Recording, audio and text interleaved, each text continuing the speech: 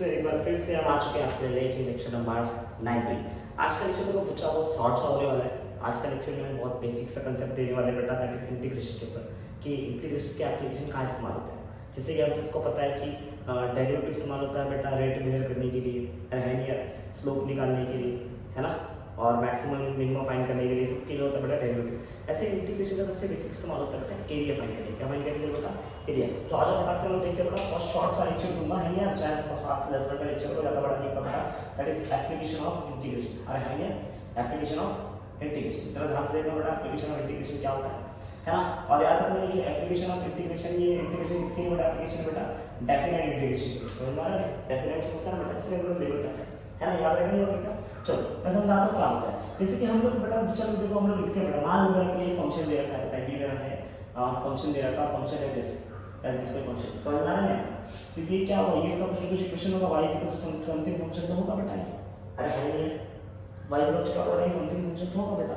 तो अगर मैं इसको ऐसा लिख रहा हूँ, गलती से कहीं भी लिख रहा हूँ इंटीग्रेशन ऑफ y dx लिखा, अच्छा इसका मैं लिमिट लगाया, तो मान लीजिए कि इस पॉइंट पे इसकी शुरुआत हुई और यहाँ पर इसकी x की लिमिट है बेटा, x1 से शुरू हुई और कहाँ तक गई बेटा, x2 तक गई। कहाँ तक गई बेटा? x2 तक। मान लीजिए x1 से स्टार्ट हुई x2 तक गई। तो ये इंटीग्रेशन किससे करा? y dx से करा। क्या करा बेटा? y dx। अगर लगा दो मैंने x1 से लेके x2 तक। तो याद रखो जब मैं इस इंटीग्रेशन को सॉल्व करूंगा, इसको सॉल्व करूंगा इंटीग्रेशन y dx x1 से लेके x2, ये y है बेटा, है ना, और फिर इसके रिस्पेक्ट सॉल्व करो, x के रिस्पेक्ट सॉल्व करो बेटा।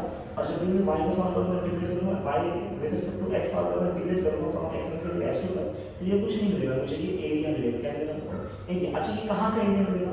याद रखना ये एरिया मिलेगा, एरिया मिलेगा कहाँ का बेटा? Area enclosed bye the x axis मिलेगा। कहाँ से मिलेगा बेटा? x axis. कौन सा एक्सिस बेटा? पॉजिटिव x एक्सिस, है ना, positive x axis with curve, है नहीं, जो तुम्हारा कर्व है, कर्व का एरिया मिलेगा।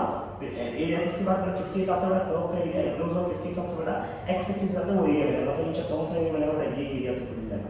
मतलब इन शॉर्ट जब तुम इंटीग्रेशन सॉल्व करोगे, तो इंटीग्रेशन सॉल्व करने में कब मिलेगा ये एरिया, जो आंसर आता है ना, हम लोग आंसर आता है ना, लिमिट पुट करते हैं, हर बार कुछ वैल्यू ऐड करते हैं। तो वैल्यू किसकी वैल्यू होती है बेटा? इसके अंदर का एरिया का वैल्यू है, इसके अंदर का वैल्यू होता है बेटा एरिया का। मतलब इन शॉर्ट कभी तुम्हारा फॉर्मूले में इंटीग्रेशन है, क्या है बेटा? इंटीग्रेशन। और तुमको वो कर्व दे रखा हो, क्या दे रखा बेटा? कर्व। तो या तो तुम इसका इंटीग्रेशन सॉल्व करो या तो डायरेक्ट एरिया निकाल दो, तुम्हारा काम वही बात है, समझ रहे बेटा। मतलब कभी तुमको कोई किसी का एरिया निकालना है, क्या निकालना है? उसका इंटीग्रेशन निकालना है। या कभी कभी कोई फॉर्मूला ऐसा है जो इंटीग्रेशन का फॉर्मूला है, तो वहां पर एरिया निकाल के तुम लोग आंसर निकाल सकते हो, समझा? अगर मैंने ये integration with respect to x किया तो मुझे एरिया कहां से मिलेगा? Enclose by the x axis मिलेगा। बट अगर मान लो मैंने कर्व मेरा ऑलमोस्ट ऐसे रहा, कर्व मैंने ज्यादा मैंने चेंजेस नहीं लाया बेटा, मान लो यही कर्व बेटा, बट इस बार मैंने इसका फंक्शन वापस x में करके बेटा y रखा है बेटा, f ऑफ x का फंक्शन, किसका फंक्शन है बेटा? f ऑफ x का फंक्शन। समझ आ रहा है बेटा, है ना। या मान लो इस बार कुछ कोई फंक्शन हो, मुझे नहीं पता फंक्शन क्या होगा बेटा, बट अगर मान लो मैंने इसको इंटीग्रेट किया वापस से, ये y एक्सिस है, ये कौन सा एक्सिस बेटा? x एक्सिस है ना, ये कौन सा एक्सिस है? y एक्सिस और ये x एक्सिस है। मुझे इसका फंक्शन इस बार दे रखा था, x का फंक्शन दे रखा था इन टर्म्स ऑफ y में, इसमें दे रखा था बेटा y में। तो मैं किसको इंटीग्रेट, देखो तो जब y का फंक्शन x में होता है तो डेरिवेटिव किसके लिए बेटा? x के। बट इधर क्या करेगा, फंक्शन x का दिया बेटा, किसके लिए? इसके अंदर y के लिए निकालेंगे बेटा। इधर इंटीग्रेशन करूंगा मैं, x को इंटीग्रेट करूंगा विद रिस्पेक्ट टू y, अरे है नहीं फंक्शन x दे रखा है, तो x का फंक्शन किसके ऊपर विद रिस्पेक्ट टू y करूंगा, और मैं जब इंटीग्रेट करूंगा, मान लो मैंने लिमिट लगा दिया, अब अगर जब मैं y से इंटीग्रेट देखो मैंने x से इंटीग्रेट किया तो एरिया कहां पे बेटा? Enclose by the x axis with the curve, x axis से एरिया मिला बेटा और कर्व का, है ना, कर्व से x एक्सिस का एरिया। लेकिन जब मैं x dy करूंगा मेरे को वो कर्व का एरिया किससे मिलेगा ना? y एक्सिस से मिलेगा। कहां से मिलेगा बेटा? y axis. मान लेता हूं कि वो शुरुआत हुआ है यहां से, शुरुआत हुआ बेटा, इसको मान लेता हूं y1 से शुरू हुआ, कहां तक गया बेटा? y2 तक। मैंने यहां लिमिट किया लगाया, मतलब अगर y से इंटीग्रेट करें तो मैंने लिमिट लगा के y1 से लेके y2 तक। तो जब तुम लोग x को इंटीग्रेट करोगे with respect to y, limit लगा दो y1 से लेके y2 तक, जब इससे तुम लोग ये निकालोगे, जब इसको सॉल्व करोगे तो कुछ और नहीं मिलेगा, क्या मिलेगा? एरिया मिलेगा। बट कौन सा एरिया मिलेगा? तो मुझे कौन सा एरिया मिलेगा? तो मिलेगा एरिया मिलेगा, कौन सा मिलेगा? एरिया एनक्लोज्ड बाय द, है ना, area enclosed by the y axis, है ना, कौन सा एक्सिस बेटा? y axis with the curve, है ना, विद कर्व के हिसाब से एरिया मिलेगा बेटा, बट किससे मिलेगा? y एक्सिस से। इसमें कर्व ऐसा था, अगर मैं x से इंटीग्रेट करता तो ये वाला एरिया मिलता बेटा, बट y से इंटीग्रेट करूंगा तो ये वाला एरिया मिलेगा। समझ में आ रहा नहीं है बेटा?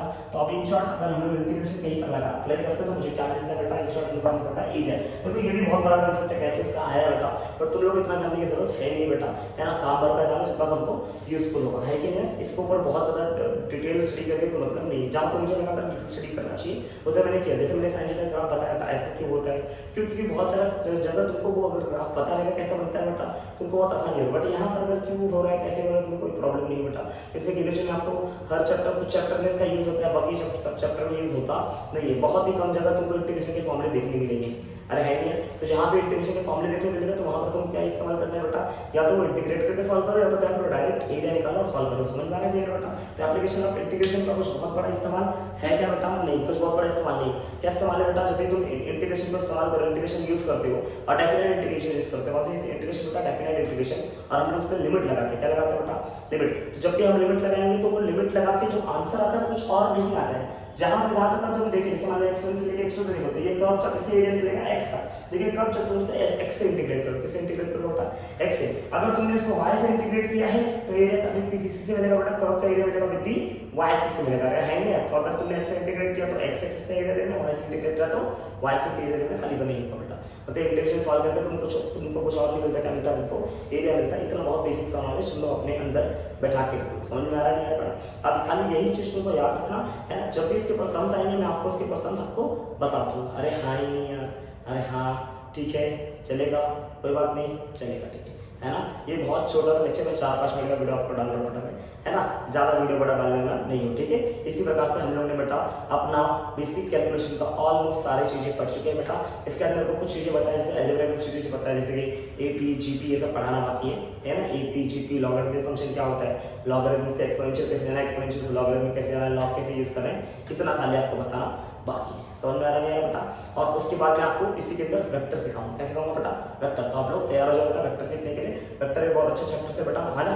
और वेक्टर जिसको नहीं आता उसको प्रॉब्लम बहुत होता है सम सॉल्व करने के लिए, लेकिन अगर आपको आ जाएगा तो बहुत अच्छी हो जाएगी, है ना? तो अगला लेक्चर होगा बेटा किसके? एपीजीपी और लॉगरिथमिक फंक्शन का होगा। उसके अलावा क्या सीखेंगे बेटा? वेक्टर सीखेंगे। और लास्ट में उनको अगर हुआ तो मैं आपको लॉग निकालना सिखाऊंगा बेटा, कि लॉग कैसे ढूंढना है। समझ में आ रहा है बेटा?